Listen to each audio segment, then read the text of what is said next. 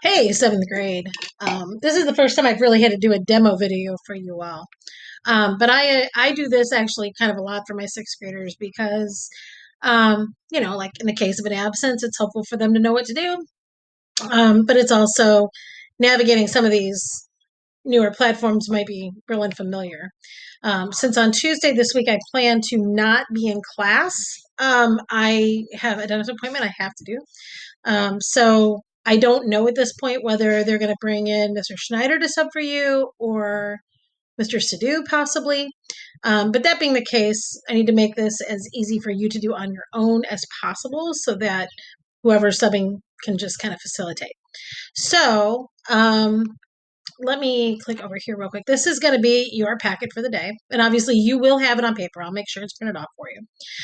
You will do the content connections video, typical stuff here, and I recommend you use the same format we've been using in class, where you turn on the captions, watch until he answers a question, pause it, write down the answer, read your next question, unpause, and go on. It'll just make this whole section go so much faster, and it'll be easy for you to see what you need to see. The next part is going to be this explore learning gizmos. Now we're going to do this. I'm filming this on Sunday, so we're going to do this tomorrow as well. Hopefully by the time you have to do it for this class, you've already logged in. But just in case, it's one of those things where there is a class code, and in the Google Classroom, the class code is listed here for both days that we're going to be in here. So you don't have to go back looking through earlier assignments. So our class code is FX5JMQ. So you're going to come put that in here. It's going to ask you what your name is. You do not have to put in your email address. You just make a username and a password. I've made mine. This is my test student person, so we're going to log in as that person to show you what you're going to see. The forest ecosystem, this is going to be the gizmo that we will use on Monday, and then the food chain is the one that goes along with today, Tuesday. So we're going to click on that and open it up. Now, this is designed to be useful for any students between the ages of middle school up through high school. So there's a lot to it, and there's a lot of vocabulary that you might find confusing. So that's one reason why I thought this video would be important. What you have here is an energy pyramid. Okay, and this will be discussed in Stemcopedia as well. But basically, all the energy in the system is coming from this bottom layer down here, which is the grass. That is the only layer capable of capturing energy from the sun and making it into something edible. The next layer up from that is called, this is your autotrophic or your heterotrophic layer. This is a primary consumer. So we have rabbits that are eating the grass. Then you have your secondary consumer layer, which is these snakes. They eat the rabbits. And then you have a hawk at the top, which is eating the snakes. So naturally, because energy, every level of this pyramid, there's a reduction in the amount of energy that gets passed up. The grass has to use some of the energy that it captures in order to survive and do the things that grass needs to do. And so not all of the energy that it takes in from the sun gets passed up to the rabbits.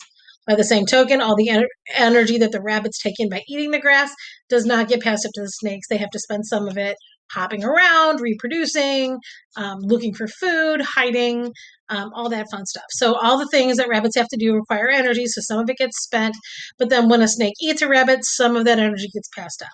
So that's why we end up with a pyramid, because the next layer up is always going to be slightly smaller than the layer at the top.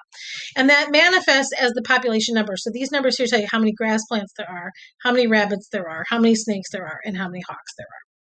Now, eventually, there's always an equilibrium that gets hit. So when you come over here and you look at the data tables that they give you a table that just lists the numbers. I have not found that's all that interesting to look at. The bar chart is more interesting because it's showing you the percent of balance. So right now, this many plants is what's needed to support this many rabbits. This many rabbits are what's needed to support this many snakes.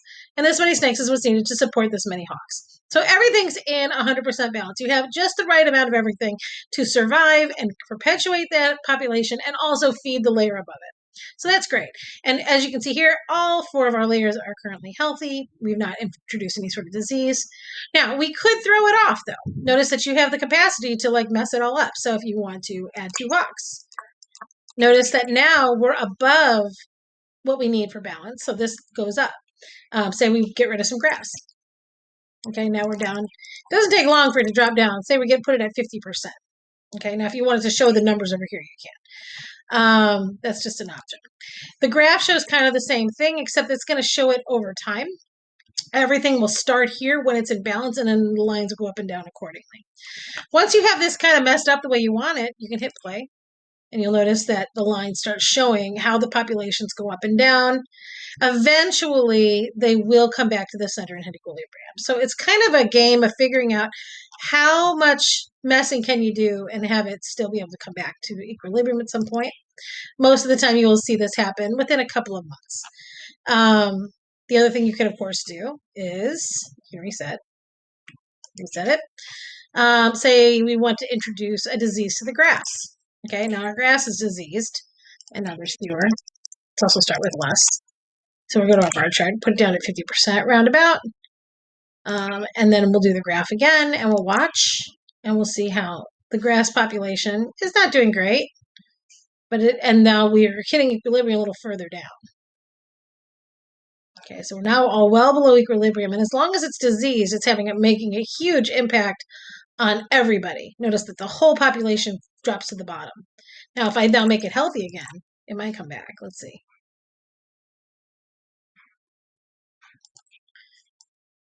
Notice that you can click that and drag it on to see, up, we're moving back up. Once it was healthy again, once again, we went back to equilibrium. So it's kind of fun to play with, give you kind of an idea of what the impacts are of some of these things. Down at the bottom, though, right below it, there's a bunch of questions that are going to ask you about this. And so you can, come down here, read a question, come up here, fiddle with this, and try to make it give you the answer. If a disease strikes the snake population in the food chain shown, what will be the initial effect on the populations of hawks and rabbits? So that means that if this population gets sick, okay, so you can actually do this. You can go up here, you can reset it all, and then make these guys diseased, and then just see what happens. What happens, and then you just report it here.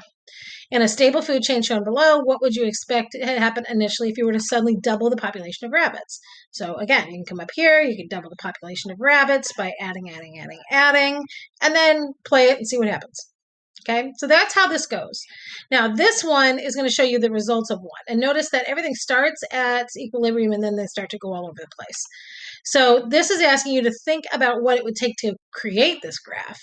In this case, whatever happened would certainly have to happen to the rabbits first, because the rabbits were the first ones to go away from the 100. Everything else then reacted after that. So that's important to note.